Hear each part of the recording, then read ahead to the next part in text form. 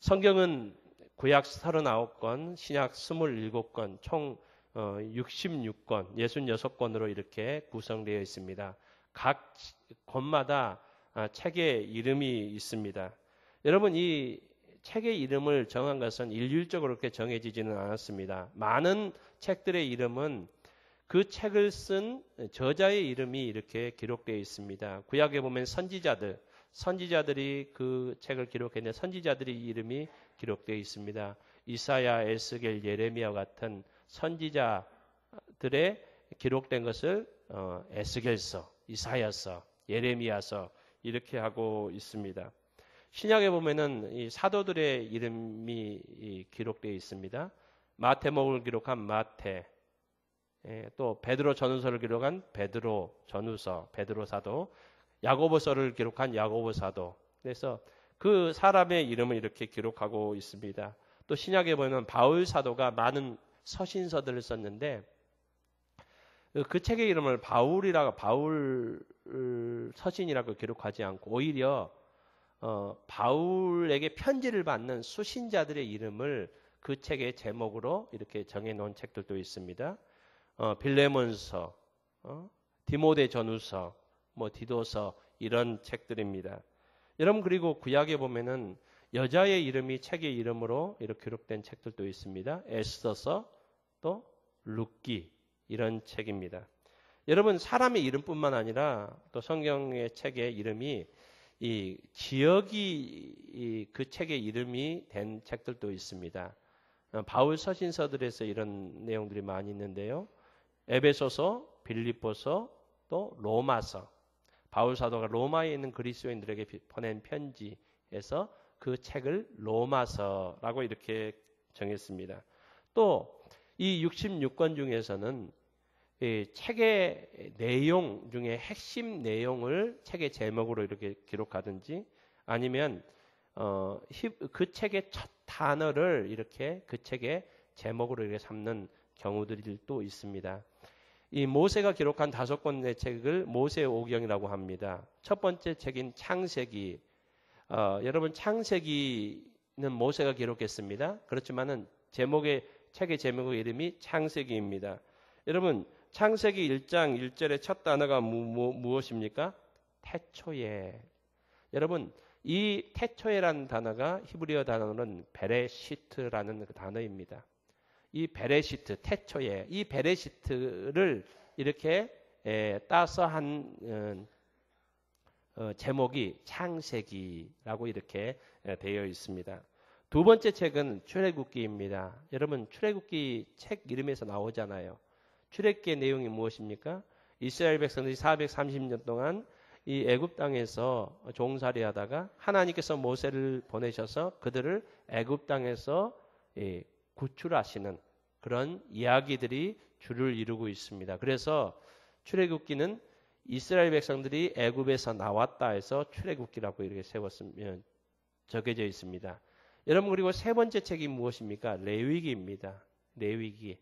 여러분, 이 하나님께서 특별히 하나님의 성전을 이렇게 섬기기 위해서 특별히 한 지파를 하나님께서 택하셨습니다. 그 지파가 이 야곱의 세 번째 아들이었던 레위였습니다. 그래서 레위의 후손들, 이 사람들을 레위족이라고 하는데 이 레위 사람들이 어떻게 하나님의 성소를 섬겨야 되고 이들이 해야 될 일들은 무엇인가들이 이 레위기서에 많이 기록되어 있습니다. 그래서 책의 이름을 레위기라고 이렇게 정했습니다. 여러분, 네 번째 책이 무엇입니까? 오늘 우리가 본문 민수기입니다. 민수기는 영어로 보면은 영어 성경에는 우리나라 민수기라고 되어 있는데요.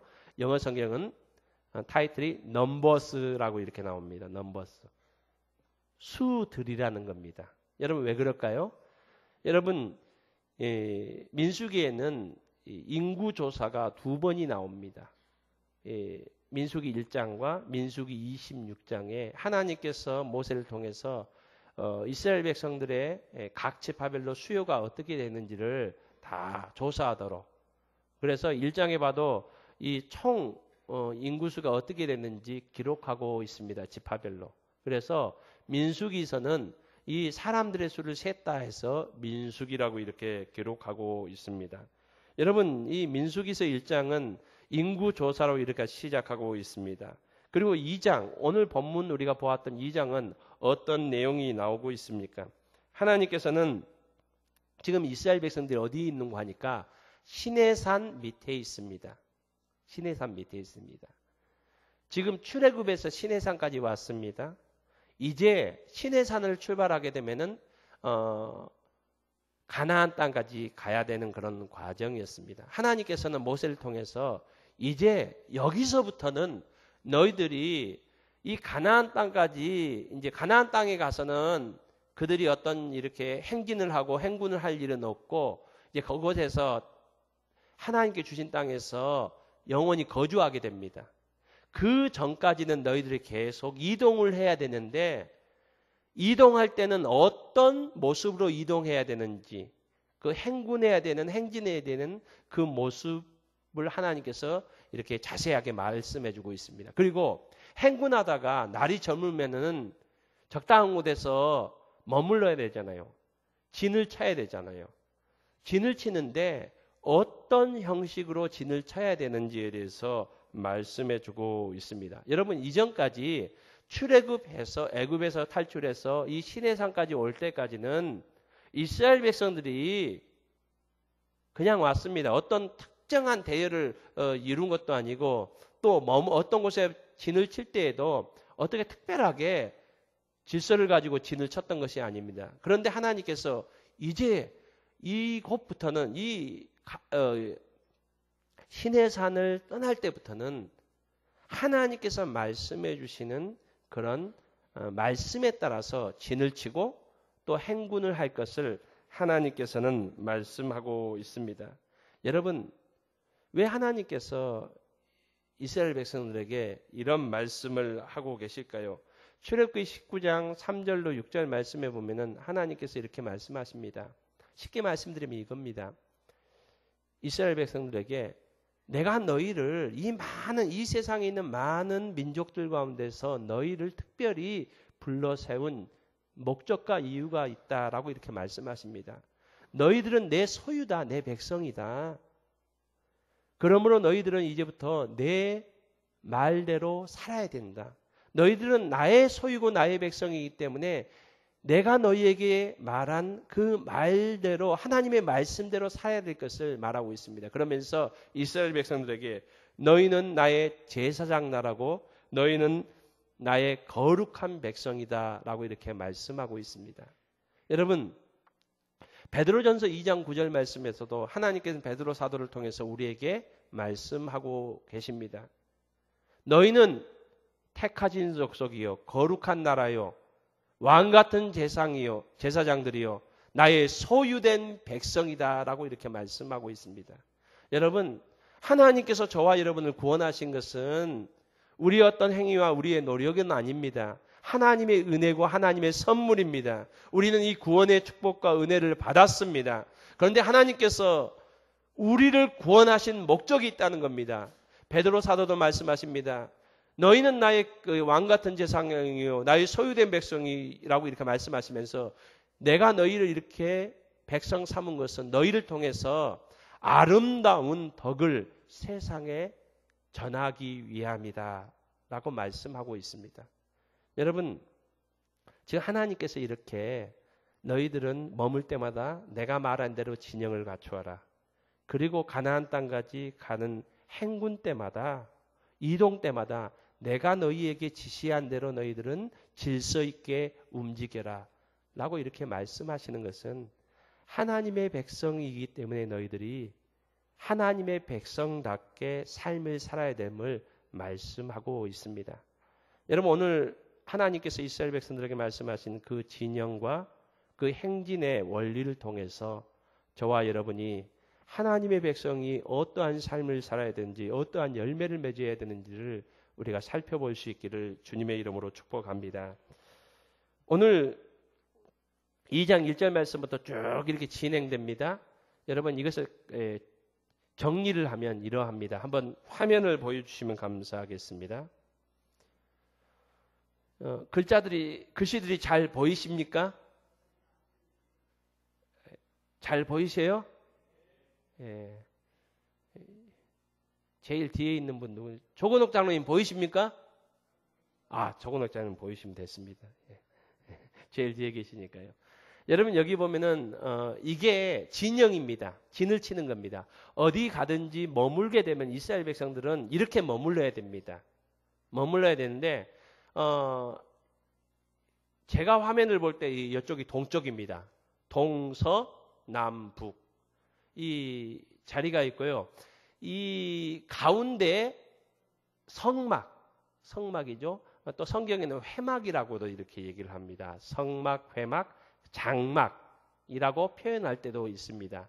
성막이 가운데 있고 여러분 성막 그 다음에 또 네모가 있는데 그 사방으로 지파 세 지파씩 이렇게 나누어져 있습니다. 동서남북으로. 여러분 동쪽에 어떤 지파들이 있습니까? 유다, 이사갈, 스불론. 그 다음에 남쪽에는 루벤, 시므온, 갓. 서쪽에는 에브라임, 므낫셋, 베냐민. 북쪽에는 단, 아셀, 납달리.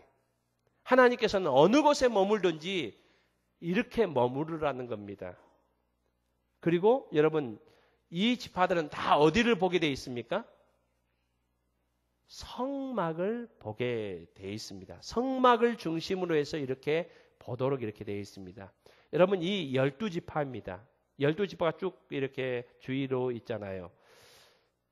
여러분 그런데 이스라엘의 12지파는 야곱의 12아들들입니다. 여러분 12명이 이렇게 12지파가 쫙 되어 있는데 12지파 중에 야곱의 아들 2명이 빠져 있습니다. 제가 전에도 한번 말씀드린 적이 있는데 이것은 좀 우리가 성경을 읽으면서 좀 알아야 되는 중요한 일이기 때문에 이 시간에 좀 설명을 드리도록 하겠습니다. 여러분 누구의 이름이 빠졌을까요? 세 번째 아들, 셋째 아들 레위의 이름이 안 나옵니다. 또 11번째 아들 누가 안 나옵니까? 요셉이 안 나옵니다. 그러면 요셉과 이 레위는 어디에 가 있을까요? 지금부터 설명드리겠습니다. 여러분 요셉은 자기의 이름은 빠지고 요셉 대신 요셉의 두 아들이 들어가 있습니다. 여러분 그 두 아들이 누군지 아십니까? 좀 색깔을 달리했죠. 에브라임, 므낫셋이 바로 요셉의 두 아들입니다. 그러니까 요셉은 빠지고 에브라임과 므낫세가 두 지파가 되었다는 겁니다. 그러니까 여러분 레위도 빠졌죠. 레위 빠지고 요셉 2명 빠지니까 므낫세과 에브라임이 두 지파가 되니까 12지파가 많습니다. 여러분 요셉은 빠져도 되잖아요. 이제 두 아들이 두 지파로 더 늘어났으니까. 그렇다면 레위는 어디가 있을까요? 레위 사람들은 어디 있어야 됩니까? 여러분 네모 박스 안에 또 사람들의 이름이 나오죠. 그 사람들이 다 레위 족속입니다. 레위 족속. 하나님께서는 많은 세상의 사람들 가운데서 이스라엘 백성을 족속을 하나님께서 택하셨습니다. 그리고 하나님께서 이 이스라엘 백성들 12지파 가운데서도 12아들 가운데서도 특별히 레위의 후손을 하나님께서는 또 택하셔서 특별한 미션을 주셨습니다. 사명을 주셨습니다. 그 이름 무엇인가 하니까 바로 성소를 섬기는 일이었습니다. 성소를 섬기는 일. 이 성소를 섬기는 일을 담당하도록 하셨습니다. 여러분 성경에 보면은 이런 내용들이 나옵니다. 민수기 3장 5절로 13절 말씀에 보면은 하나님께서 이렇게 말씀하십니다. 한번 따라합시다. 그들은 내 것이라. 여기서 그들은 레위 후손들을 말합니다. 하나님께서 레위 후손들은 특별히 12지파에서 빼셔서 더 중요한 특별한 사명, 성소를 섬기는 이 일들을 감당케 하셨습니다. 한번 그러면 여러분 두 번째 그림을 한번 보여주셨으면 감사하겠습니다. 지금부터 레위의 후손입니다. 레위의 세 아들이 나오는데요. 여러분 한번 세 아들 이름 한번 읽었으면 좋겠습니다. 시작. 예, 게르손, 고앗, 무랄이라고 나옵니다. 그러면 게르손, 고앗, 무랄이가 누구의 아들이라고요? 레위의 아들이면 이 사람들은 레위 족속입니다.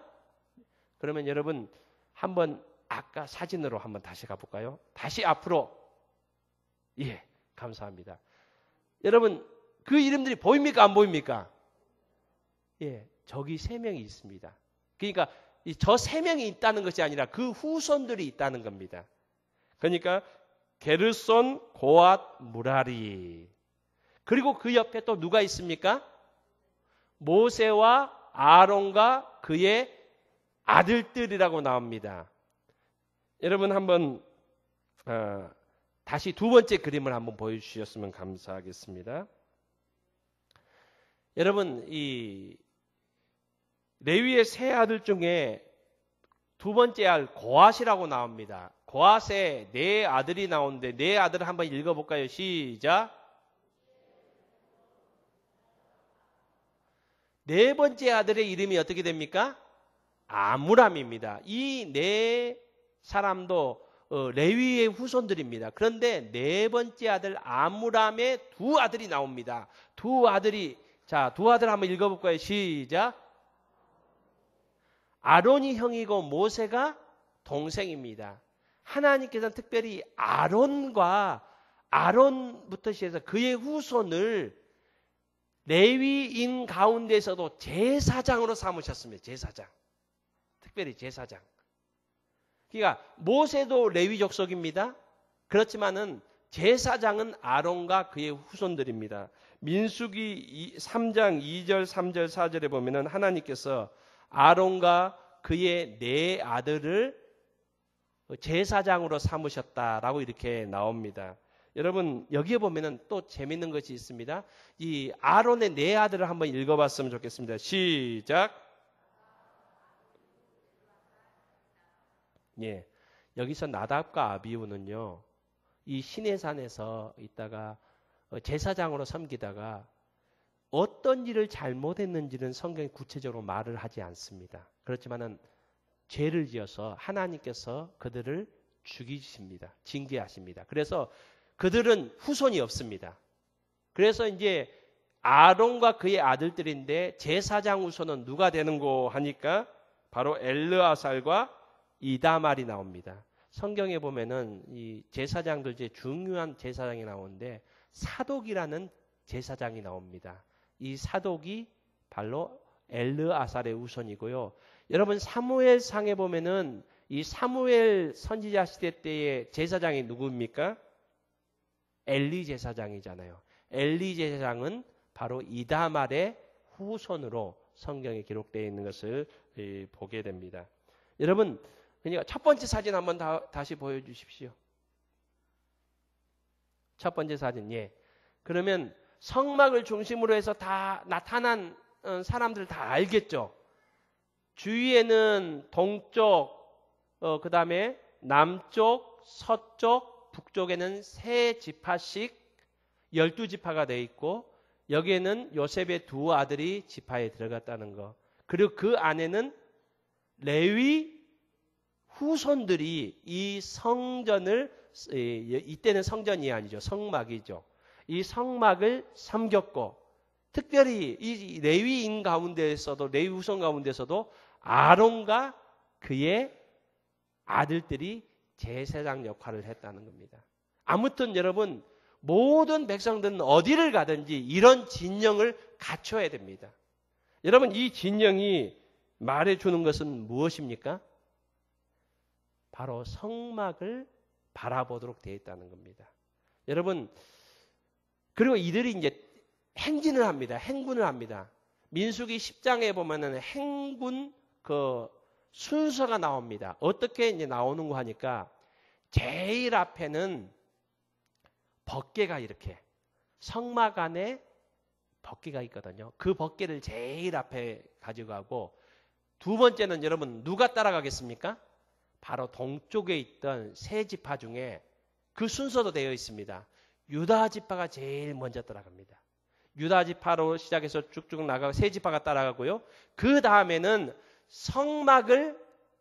이 성막이 텐트처럼 되어 있거든요. 그래서 거두어서 이 레위인들이 그것을 가지고 가면은 또 남쪽에 있는 세 지파가 또 따라갑니다. 또 그 뒤에는 성막 안에 있는 성물들을 레위인들이 또 가지고 가면은 이 동쪽에 있는 세 지파가 이렇게 쭉 따라갑니다. 그리고 동쪽에 있는 세 지파 뒤에는 북쪽에 있는 세 지파가 이렇게 따라가야 합니다. 하나님께서는 이렇게 이들에게 말씀하십니다. 이들이 갈 때 먼저 법궤를 앞장 세우고 가고 또 성막을 또 따라서 가고 또 성물을 따라서 가도록 하나님께서는 이렇게 하셨습니다. 여러분, 하나님께서는 너희들은 이제 내 백성이니까 하나님의 자녀답게 살아야 된다. 제사장 나라처럼 살아야 된다. 나의 거룩한 백성답게 살아야 된다. 라고 하시면서 그들에게 말씀하신 이렇게 진영을 갖추어라. 이렇게 행군해라. 라고 말씀하셨는데 여러분 이것이 그들에게 있어서 어떤 삶의 원리일까요? 이스라엘 백성들은 어느 곳에 머물든지 성막을 중심으로 바라보게 되었습니다. 이스라엘 백성 전체가 성막을 사방으로 해서 이렇게 진을 쳤다는 겁니다. 이스라엘 백성의 중심은 바로 성막이었습니다. 여러분 성막은 무엇을 상징하고 있습니까? 하나님의 임재의 장소였습니다. 하나님은 이스라엘 백성들에게 말씀하십니다. 너희들은 나의 백성이므로 항상 나를 바라보고 살아라. 나를 신뢰하고 살아라. 나를 의지하고 살아라. 라고 하나님께서 말씀하십니다. 행군할 때도 마찬가지입니다. 이스라엘 백성들이 용감한 사람, 또 아주 정예부대가 앞에 이렇게 나가는 것이 아니라 제일 먼저 하나님의 언약궤가 나가야 되고 또 하나님의 성막이 나가야 되고 거기를 이스라엘 백성들이 따르는 것을 이렇게 하나님께서는 그들에게 명령하고 계십니다. 사랑하는 성도님 여러분, 우리가 하나님의 백성으로 살아가기 위해서 날마다 하나님 중심의 삶을 사는 저와 여러분이 될 수 있기를 주님의 이름으로 축복합니다. 날마다 우리의 삶의 중심에 하나님을 인정하는 삶이 될 수 있기를 주님의 이름으로 축복합니다. 여러분 이 시간 나와서 우리가 하나님 앞에 예배드리는 것, 주일 시간을 우리가 기억하고 하나님 앞에 예배드리는 것, 바로 이것이 하나님을 인정하는 삶입니다. 하나님을 나의 삶의 중심으로 모시는 삶입니다. 여러분 보편적으로 우리는 이런 일들은 참 그래도 그리스도인이면 이런 일들은 잘하잖아요. 교회 나와서 예배드리고 주일날 예배를 지키고 또 주일날 예물을 드리고 이런 일들은 잘합니다. 그렇지만은 우리에게 좀 부족한 부분, 우리에게 실제적으로 잘 안 되는 부분은 우리가 예배를 마치고 나서 예배 장소를 떠나는 그 순간입니다.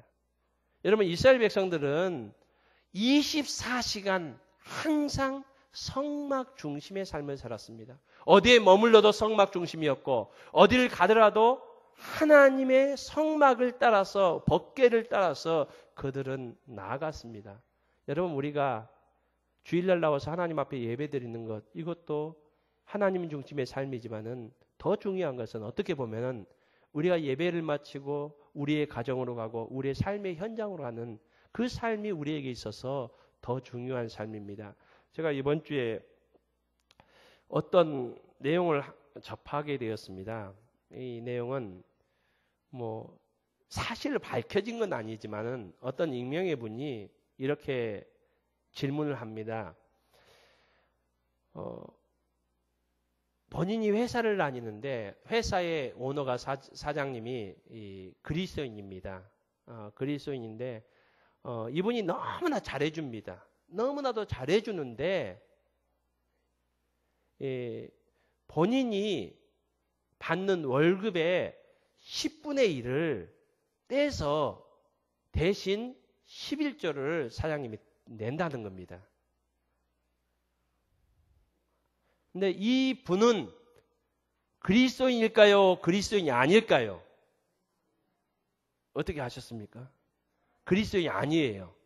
본인은 그리스도인이 아닌데 사장님이 너무나 믿음이 좋아서 본인의 11조도 떼서 여러분 이것을 사장님이 자기가 하는 것이 아니라 교회 헌금을 하는가 봐요. 그리고 그래서 나오고 싶은데 근데 사장님 너무 좋으시다는 거예요. 너무 잘하시고 삶이 너무나 좋아요. 그래서 이런 질문을 합니다. 제가 회사를 계속 다녀야 될까요? 말아야 될까요? 여러분 분명히 말씀드립니다. 이 부분은 하나님께 기뻐하시는 부분이 아닙니다. 잘못된 일입니다. 심하게 좀 말씀드릴까요? 범죄 행위입니다. 사랑하는 성도님 여러분,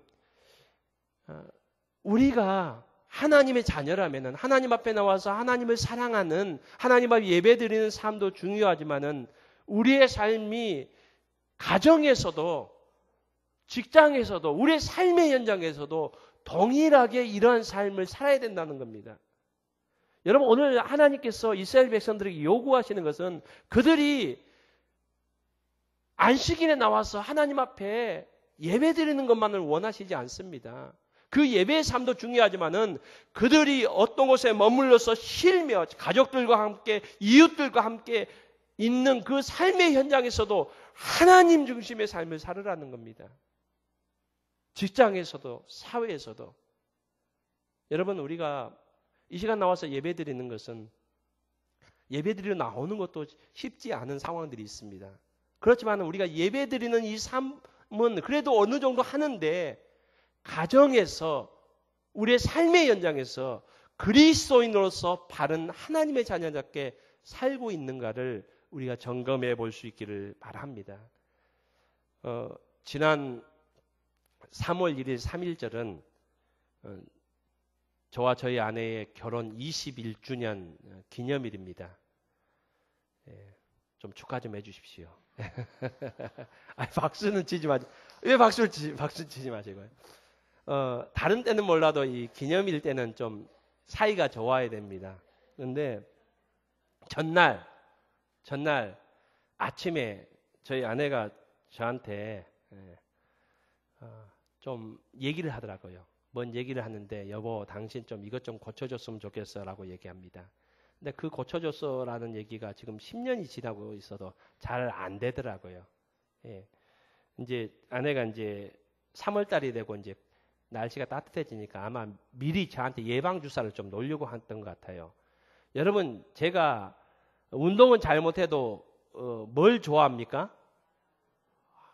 이제 다 하셨네요. 야구를 좋아합니다. 제가 기아 팬입니다. 여러분 이제 4월 달이 되면 이제 프로야구가 시작이 됩니다. 제가 이제 다른 것은 잘 안 봐도 뉴스하고 야구는 웬만하면 좀 보려고 합니다. 중계를 해주면은요. 시간이 또 허락하면은. 그래서 제가 교회에 있다가 딱 오면은 그 시간에 저녁 먹고는 이제 야구를 여러분 야구 보다가 그냥 한 3회, 4회, 5회 보고 끝나면 좋은데 이게 9회까지 봐야 되잖아요. 좀 늦어지는 경우들이 있어요. 그래서 그러다 보니까 이 시간이 좀 늘어지고 하니까 저희 아내가 항상 얘기를 해요. 여보, 큰애들은 모르겠고 막내가 아빠 다 닮는다고 좀 집에서 아빠가 책도 읽고 또 아이하고 좀 놀아주고 얘기도 하고 좀 그런 것을 좀 요구를 하더라고요. 제가 전혀 안 놀아주는 거 아닙니다. 그래서 좀 더 좀 배려를 해줬으면 좋겠다라고 합니다. 근데 저에게 있어서 그래도 취미라면 취미가 그 야구를 보면서 좀 아내한테 받았던 스트레스, 아이들한테 받았던 스트레스를 홈런이 넘어가는 그 공을 보면서 풀어야 되는데 아내가 그 얘기를 해요. 그 얘기를 하는데 항상 듣던 얘기인데 그날 이상의 마음이 좀 들더라고요. 그래서 제가 저도 반격을 했죠. 반격을 했는데 반격을 말 한마디를 했어요. 말 한마디를 했는데 제가 앞에 말씀드렸죠. 목사님 가정들과 이렇게 갔다고요. 저희 아내가 잘 이렇게 호응을 해줘요. 저를 보고 잘 웃어줘요. 예. 제가 그렇게 웃기게 생기지도 않았지만 저를 보고 잘 웃어요. 근데 저희 아내가 그것뿐만 아니라 다른 분들이 얘기한데도 이렇게 호응을 잘 해줘요. 말도 잘 해주고요. 근데 제가 괜히 그게 생각나서 당신 좀 웃음이 해픈 것 같아. 그 말이 나왔어요. 그러니까 저희 아내도 마음이 상한 거예요. 상해서 그때부터 이제 서로 이제 쫙 신경전이 벌어진 거예요. 그래도 3월 1일 됐는데 이게 해결되어야 되잖아요. 그래서 제가 새벽기도 갔다 와서 3월 1일 아침에 저희 아내 옆에 살짝 앉아가지고 화해해 보려고 말은 안 하고 있다가 자존심이 있으니까 손으로 이렇게 콕콕 찔렀어요. 이제 화해하자는 거죠. 말 좀 하잖아요. 근데 아내가 딱 일어나더만 이 부엌으로 가는 거예요. 근데 제 마음이 그러더라고요. 이 여자가? 그래, 한번 해보자. 3월 1일 공휴일이잖아요. 다른 교육자는 교회 안 오는데 저는 불편하면 거기에 있지 못하거든요. 또 교회에 출근을 했습니다. 예. 자발적으로 아닌 상황에 의해서 교회에 출근해서 있는데 저희 딸이 상황을 파악한 거예요. 파악을 해가지고 저한테 전화해서 아빠 결혼기념일인데 이런 분위기에서 지내면 안 되잖아요. 이렇게 얘기를 해서 참 그래서 딸아 네가 한번 좀 이 사태를 해결해 봐라. 아빠는 좀 힘들 것 같다. 그러니까 이 딸이 그러면 아빠가 점심 먹자고 가족 점심 같이 먹으러 나갈 것 같은데 아빠가 이 엄마한테 얘기해도 엄마가 지금 상황에서는 안 들을 것 같아. 속이 상해가지고 네가 어떻게 해봐라 하니까 딸이 그러면 엄마 설득할 테니까 아빠는 내 꽃집에 꽃을 주문할 테니 가서 그거 가지고 오세요 해서 제가 꽃집에 갔어요. 그냥 꽃집 꽃다발을 이렇게 했더라고요. 근데 너무 비싼 거 했더라고요. 3만 원씩이나. 저는 뭐 주고 그런 거 잘 못하거든요. 근데 저희도 뭐 결혼 기념일 잘 안 지키는데 그래도 잘못한 게 있으니까 3만 원 지급받는데 더 충격적인 게 있었습니다. 꽃만 주면 되는데 그걸 포장해가지고 거기다 이 글을 써놨더라고요. 글이 신이야 사랑해. 참 힘든 일이었습니다. 그래도 가정의 평화를 위해서 딱 와서 딱 앉았는데 아내하고 이제 애들이 딱 내려오는데 아내가 그것을 보더만은 마음이 싹 녹아져가지고 여러분 그날 저희가 행복하게 하루를 보낼 수 있었습니다. 제가 왜 이런 장황하게 이렇게 얘기를 합니까? 여러분 참 이런 관계도 이 딸을 통해서 이렇게 사이를 회복할 수 있고 관계를 회복할 수 있었습니다. 하나님께서는 오늘 우리에게 말씀하십니다. 내가 너희를 사랑한 것 같이 너희도 서로 사랑하라. 이것이 내가 너희에게 주는 새 계명이라고 주님께서는 우리에게 말씀하셨습니다. 사랑하는 성도님 여러분, 우리가 그리스도인의 살면서 이 땅에서 우리가 사랑해야 되고 용서해야 되고 용납해야 되고 섬겨야 되는데 여러분 그게 쉽지가 않잖아요. 어떤 때는 남편이 아내를 용납하지 못할 때가 있고 자녀들을 우리가 사랑하지 못할 때가 참 너무나 속이 상해서 그럴 때가 있습니다. 참 우리가 그래서 그것 때문에 지금까지 마음에 힘든 부분들이 있을 수 있습니다. 여러분 그럴 때마다 우리가 하나님을 바라볼 수 있는 저와 여러분이 될 수 있기를 주님의 이름으로 축복합니다. 하나님이 세상을 사랑하사 이처럼 사랑하사 독생자를 우리에게 주셨다. 하나님은 우리를 사랑하시기 위해서 당신의 가장 좋은 소중한 독생자 아들 예수 그리스도를 우리를 위해서 희생하셨습니다. 예수님께서는 이 땅에서 바로 다음 날이면은 자신을 배반하고 다 떠날 제자들을 성경 요한복음 이렇게 얘기합니다. 자기 사람들을 사랑하시되 끝까지 사랑하셨다라고 이렇게 말씀합니다. 여러분, 우리는 사랑할 수 없고 우리는 용납할 수 없지만은 우리가 예수님을 우리의 삶의 중심으로 모시고 우리의 삶에서 예수님을 인정하는 삶을 살아가기를 소원한다면은 예수님께서는 우리에게 말씀해 주십니다. 우리에게 힘을 주십니다. 또 우리에게 용납할 수 있고 사랑할 수 있는 은혜를 허락하여 주십니다. 이 놀라운 은혜가 오늘 우리의 삶에 풍성히 임할 수 있기를 주님의 이름으로 축복합니다. 예수님을 인정하는 것이 바로 옆에 있는 형제를 사랑하는 것이고 옆에 있는 지체를 용납하는 일입니다. 바라기는 저와 여러분이 매일매일 하나님을 인정하는 삶, 하나님을 사랑하는 삶, 바로 이웃을 사랑하고 또 형제를 용납하는 저와 여러분의 복된 삶이 될 수 있기를 주님의 이름으로 축복합니다.